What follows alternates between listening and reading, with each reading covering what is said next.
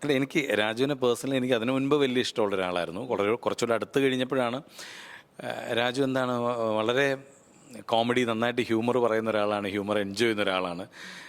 ഒരുപാട് പേർക്ക് അങ്ങനത്തെ ഒരു ഏരിയയിലോട്ട് ആക്സസ് ഇല്ലെന്നേ ഉള്ളൂ. പുള്ളിക്ക് ചില ആളുകളുണ്ട്, അവരെ അങ്ങനത്തെ കുറച്ച് പേരെ കിട്ടിക്കഴിഞ്ഞാൽ പുള്ളി നന്നായിട്ട് ഹ്യൂമർ പറയുകയും നന്നായിട്ട് ആസ്വദിക്കുകയൊക്കെ ചെയ്യുന്ന ഒരാളാണ്.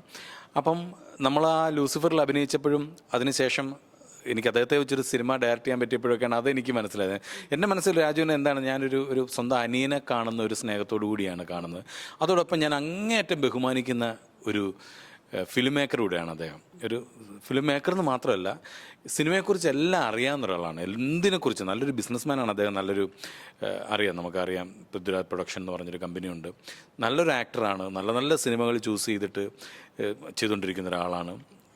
സ്ക്രിപ്റ്റിനെ കുറിച്ച് നല്ല ധാരണയുള്ള ഒരാളാണ്. എന്തിനെക്കുറിച്ച് ചോദിച്ചാലും, ക്യാമറയെക്കുറിച്ച് ചോദിച്ചോ, ലൈറ്റിങ്ങിനെ കുറിച്ച് ചോദിച്ചോ, ഏത് ആക്ടേഴ്സിനെ കുറിച്ച്, ഏത് ഫീൽഡിലുള്ളവരെ കുറിച്ച് ചോദിച്ചോ, കൃത്യമായിട്ട് അറിയാം. അതെ, തീർച്ചയായിട്ടും, ഒരു സംശയമില്ല. അപ്പം അങ്ങനെയുള്ള ഒരാൾ നമുക്കൊരു ആക്സസ് ഉണ്ട്, അദ്ദേഹത്തിനോട് നമുക്ക് സംസാരിക്കാം. അതെ, നമ്മൾ വിളിച്ച് അദ്ദേഹം ഫോൺ എടുക്കുന്നു എന്നൊക്കെ പറയുന്നത് തന്നെ വലിയ കാര്യമായിട്ടാണ് എനിക്ക് തോന്നുന്നത്. അതുകൊണ്ട് തന്നെ അങ്ങേയറ്റം ഞാൻ ബഹുമാനിക്കുന്ന ഒരാളും കൂടെയാണ് രാജു. മറക്കാൻ പറ്റാത്ത ഇൻസിഡന്റ് എന്ന് പറഞ്ഞു കഴിഞ്ഞാൽ പൃഥ്വിരാജ് എന്നുള്ള ഒരാളെ ഭയങ്കര സീരിയസ് ആയിട്ടാണ് കാണുന്നത്. പക്ഷേ റീസെന്റ് ഉള്ള ഇന്റർവ്യൂസിലൊക്കെയാണ് പുള്ളി കുറച്ച് കോമഡി ഒക്കെ. അതെ, എനിക്ക് തോന്നുന്നത് അത് ലൂസിഫറിന് ശേഷമാണ്. ലൂസിഫറിന് മുൻപും ലൂസിഫറിന് ശേഷവും എനിക്ക് പേഴ്സണലി രാജു രണ്ടായിട്ട് എനിക്ക് തോന്നിയിട്ടുണ്ട്.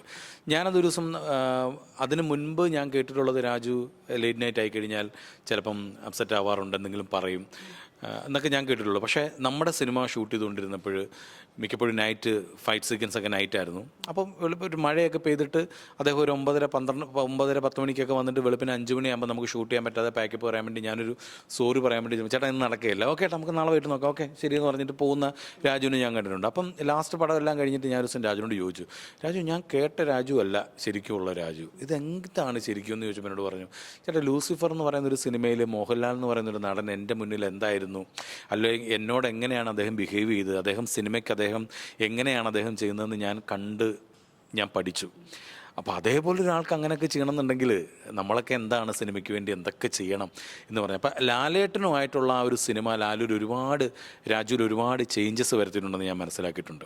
അപ്പോൾ അതുകൊണ്ട് തന്നെ നമ്മുടെ ബ്രദേഴ്സ് ഡേ മുതലുള്ള ഇൻ്റർവ്യൂസ് ശ്രദ്ധിച്ചാൽ അറിയാം, ഭയങ്കര ഹ്യൂമറാണ്. ലിസ്റ്റിനും ഞാനും രാജുവും കൂടി ഇരുന്നൊരു ഇൻ്റർവ്യൂ ഒക്കെ ഉണ്ട്, ഒരുപാട് വ്യൂസൊക്കെ ഉണ്ടായിട്ടൊരു ഇൻ്റർവ്യൂ ആണ്. ഫുൾ ഹ്യൂമറായിരുന്നു അതിനകത്ത്. അപ്പോൾ അത് കഴിഞ്ഞപ്പോൾ മുതൽ ഒരുപാട് അങ്ങനെ ഒരു സ്പേസ് ഉണ്ടെന്ന് തോന്നിക്കഴിഞ്ഞാൽ രാജു തമാശ പറയാതെ പോയിട്ടില്ല എന്ന് എനിക്ക് തോന്നുന്നു. ഒരുപാട് ചേഞ്ചസ് രാജുവിൽ തോന്നിയിട്ടുണ്ട്.